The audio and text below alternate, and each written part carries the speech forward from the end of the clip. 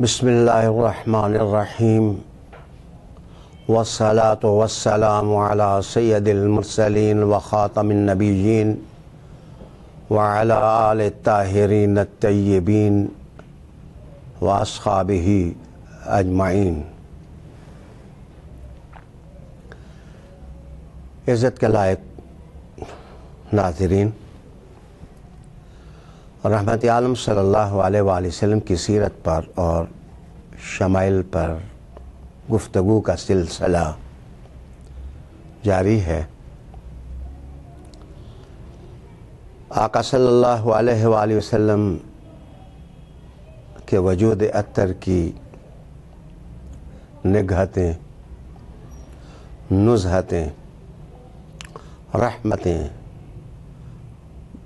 اور برکتیں بیان کی جا رہی ہیں۔ آپ صلی اللہ علیہ وآلہ وسلم کے بارے میں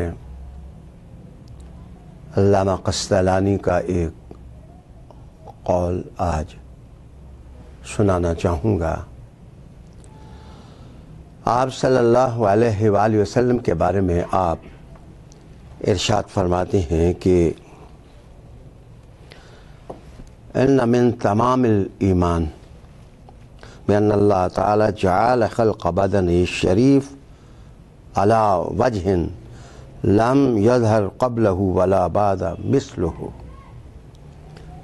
آپ ارشاد فرماتے ہیں کہ کسی شخص کے ایمان کے مکمل ہونے کی دلیل یہ ہوتی ہے کہ وہ یہ عقیدہ رکھے اور اس بات کو ایمان میں شامل کرے کہ رحمت عالم صلی اللہ علیہ وآلہ وسلم کا جو بدن شریف ہے اس کو اللہ تعالیٰ نے اس طرح بنایا ہے کہ ان ایسا نہ آپ سے پہلے کوئی گزرا ہے اور ان ایسا نہ قیامت تک کوئی اور آ سکے گا۔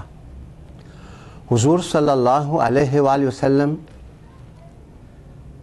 کے شمائل کی برکتیں اور وسعتیں جلیل القدر علماء کرام نے بیان کی ہیں، لیکن حضور رحمت للعالمین آقا صلی اللہ علیہ وآلہ وسلم کے دور اور عصر میں کن لوگوں کو یہ سعادت حاصل ہوئی کہ انہوں نے حضور صلی اللہ علیہ وآلہ وسلم کے شمائل کی بات اپنی زبان سے کی، جو پیچھے آنے والوں کے لیے حوالہ بن گیا۔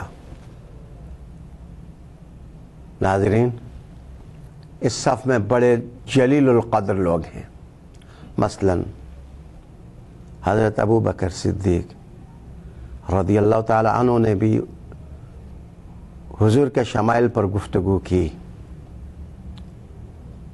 حضرت علی المرتضیٰ کرم اللہ وجہہ الکریم نے بھی کی۔ جو انداز شمائل بیان کرنے کا تھا اس میں مزاج کا بڑا دخل تھا۔ مثلا ابو بکر صدیق رضی اللہ تعالی عنہ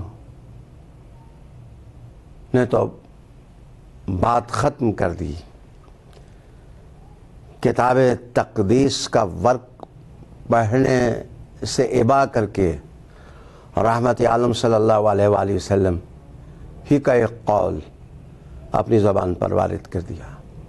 آپ نے کہا کہ رسول کریم علیہ السلام نے فرمایا، قسم اس اللہ کی جس نے مجھے حق کے ساتھ مبعوث کیا ہے، میری حقیقت جو ہے وہ میرے رب کے سوا کوئی جان ہی نہیں سکا ہے۔ اس میں آپ صدیق کی مزاج کا عکس دیکھ سکتے ہیں۔ اور پھر اس کے بعد میں عرض کروں کہ جو وصاف ہیں، شمائل بیان کرنے والے ہیں، ان میں حضرت علی المرتضیٰ کرم اللہ وجہ الکریم، ام المومنین حضرت عائشہ صدیقہ، اور ہند تمیمی رضی اللہ تعالی عنہ، اور ام معبد، ان کا خاص ایک مقام ہے۔ انہوں نے سب سے زیادہ رسالت مآب صلی اللہ علیہ وآلہ وسلم کے شمائل بیان کیے ہیں۔ اس کے بعد پھر حضرت ابو ہریرہ رضی اللہ تعالیٰ عنہ ہیں، حضرت جابر بن سامورہ رضی اللہ تعالیٰ عنہ ہیں، حضرت براء ابن عازب رضی اللہ تعالیٰ عنہ ہیں۔ ان سب نے رسول کریم علیہ السلام کی شمائل کی عظمت اور فضیلت بیان کی ہے۔ میں یہاں عرض کروں کہ سیرت نگاروں کا اس بات پر اتفاق ہے کہ سب سے پہلا حضور کا نعت گو یا وصاف جس نے حضور کی صفتیں بیان کی اور حضور کے حسن کا نقشہ کھینچا، وہ حضرت علی المرتضیٰ کرم اللہ وجہ الکریم۔ جہاں ان کو پہلا نعت گو یا اس انداز میں نہیں کر سکے گا جس انداز میں ام المومنین عائشہ صدیقہ سلام اللہ علیہا نے کی ہے۔ ناظرین، حضرت علی المرتضیٰ نے نعت لفظ سب سے پہلے استعمال کیا اور کہا کہ یقول نعتہ، رحمت عالم صلی اللہ علیہ وسلم کا نعت گو یہی کہے گا کہ لم ارا قبل ولا بعد، کہ حضور جیسا نہ پہلے دیکھا گیا اور حضور جیسا نہ قیامت تک ان کی مثل کوئی دیکھے گا۔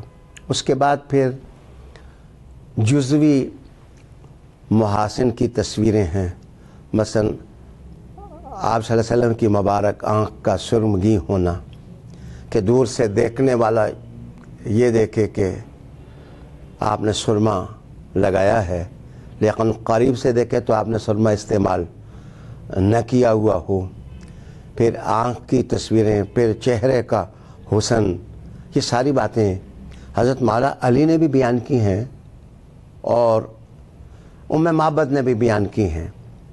لیکن وہ جو فکری تعمق اور کشش حضرت ام معبد کے بیان میں ہے کہ قریب سے دیکھو تو حسین نظر آئیں، دور سے دیکھو تو میٹھے نظر آئیں، دور سے دیکھو تو حسین نظر آئیں، قریب سے دیکھو تو میٹھے نظر آئیں۔ میں اس وقت تفصیل عرض نہیں کر سکتا، لیکن اتنا ضرور کہوں گا کہ عورت جس وقت شمائل گوئی کرے تو نسوانیت کا اپنا رنگ ہے، اور مرد جس وقت شجاعت بصالت کی باتیں کرے تو اس کی ادب آرائی کا رنگ اپنا ہے۔ رسول کریم علیہ السلام کی کلاس میں بیٹھے ہوئے ادھر مولا علی ہیں، ادھر براء ابن عازب ہیں، ادھر ابو ہریرہ ہیں، ادھر عائشہ صدیقہ ہیں اور ادھر ام معبد ہیں۔ یہ سارے بیٹھ کے حضور کی تعریف کر رہے ہیں، شمائل بیان کر رہے ہیں۔ لگتا یہ ہے کہ حضور کے صحابہ اتباع بھی کرتے تھے، لیکن حسن مصطفیٰ کے مائے بھی زبان سے ادا کر کے، شمائل کی خوشبو سونگھ کر کے خود ہی محظوظ نہیں ہوتے تھے۔ یہ خزانہ اور اس خزانے کی وسعت وہ اگلی امتوں کو، آنے والے لوگوں کو بھی سپرد کر رہے تھے۔ وآخر دعوانا ان الحمد للہ رب العالمین۔